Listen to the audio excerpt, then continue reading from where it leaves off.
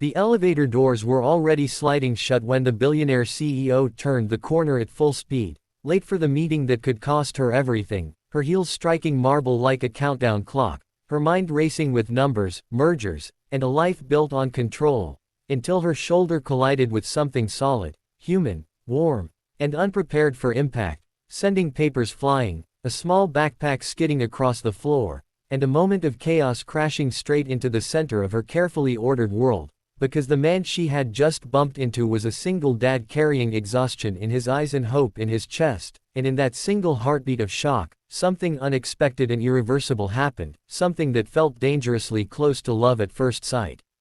If you believe in kindness, second chances, and the idea that one small moment can change an entire life, take a second right now to like this video, comment your thoughts, share it with someone who needs hope today, and subscribe to channel name for more stories that remind us what really matters.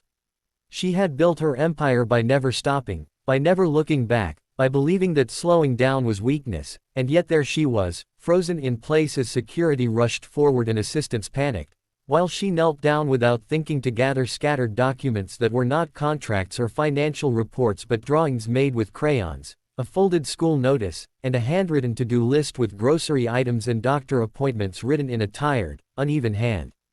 The man apologized too many times, his voice low and worn, the kind of voice that had learned to carry responsibility alone, and as she looked up at him, she noticed the quiet strength in his posture, the way he shielded the backpack as if it contained his entire world, because it did. He was not powerful by title or wealth, but by endurance, by showing up every day for a child who depended on him completely. The elevator doors reopened as if giving them permission to step into a different timeline, but instead of rushing inside, she hesitated, something she almost never did, because for the first time in years, the urgency she lived by felt small compared to the weight in that man's eyes. She learned in fragments that he was there for a job interview, that he had taken the morning off from his second shift, that childcare had fallen through but he couldn't afford to miss the chance. She didn't offer help out of pity, it was instinct, the kind that bypasses logic and reaches straight for humanity. She held the elevator, cleared the path, and for reasons she would later struggle to explain, delayed her own meeting by a few minutes that would ripple through both their lives in ways neither could imagine. As they rode up, she noticed the way he stood slightly in front of the backpack, protective even in stillness, and the way her reflection in the mirrored walls looked suddenly unfamiliar, softer, more awake. She had money, influence, and power, but she had been lonely for so long that it had begun to feel permanent, like a condition rather than a phase. He had almost nothing in comparison, but he carried love so visibly that it filled the small space between floors. When the elevator stopped, their paths separated, yet the air felt altered, charged, as if the building itself had witnessed something sacred. The meeting she rushed into did not go as planned, not because of mistakes, but because her focus had shifted. She found herself thinking about the man with the backpack, wondering whether he had made it to his interview, whether the world would give him even a fraction of the fairness he deserved. Meanwhile, he sat in a waiting room gripping his folder, heart pounding, replaying the collision in his mind, not as an inconvenience but as a strange miracle, because for the first time in years, someone had seen him, not as a burden or a complication, but as a human being worthy of pause. Days passed, and life continued, but neither of them returned to normal. She authorized an internal review of hiring processes, pushing for overlooked candidates, for parents, for people whose lives didn't fit neatly into corporate boxes. He received a call he never expected, an offer that felt too good to be real, one that acknowledged his skills without punishing him for his circumstances. He accepted with trembling hands, knowing this opportunity could change everything for his child.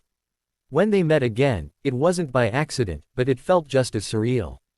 She recognized him instantly, the same tired eyes now carrying cautious relief, and he recognized her, not just as the woman from the elevator, but as someone who had unknowingly cracked open a door he thought was permanently sealed. Their connection deepened not through grand gestures, but through shared silences, through understanding the cost of responsibility, through conversations that lived between the lines of busy schedules and quiet evenings. She learned about his nights spent calculating bills, his fear of failing the one person who trusted him completely, and the way love had reshaped his definition of strength. He learned about her climb to the top, the sacrifices made in boardrooms and private moments, the loneliness that success rarely warns you about.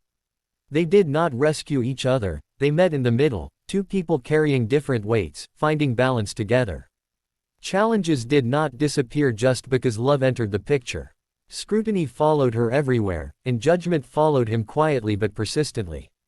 There were moments of doubt, moments when the difference in their worlds felt too wide, when fear whispered that this was temporary, that reality would eventually demand separation. But every time uncertainty rose, it was met with the same steady truth: kindness had brought them together, and kindness would guide them forward. The child became the center of that truth, bridging their worlds with laughter, curiosity, and an unfiltered sense of trust. Through small routines and shared milestones, they built something real, something that didn't rely on wealth or struggle alone, but on presence. She discovered that slowing down did not weaken her, it made her human. He discovered that accepting help did not diminish his strength, it honored his effort. Near the end of the year, standing once again near the same elevators, they reflected on how a single collision had rewritten their stories. Not because fate favored the rich or rescued the struggling, but because two people chose to see each other in a moment when the world told them to hurry on. If this story has touched your heart even a little, if it reminded you that love can find us in the most unexpected places, please take a moment to like this video, share it with someone who believes in second chances, and subscribe to channel name so these stories can keep reaching hearts that need them. Before the ending, we have one special request for you. Comment below with the word kindness if you believe that one small act can change a lifetime. They didn't fall in love because of wealth or hardship, but because in a crowded world obsessed with speed, they stopped long enough to truly see one another, and that simple pause became the beginning of everything.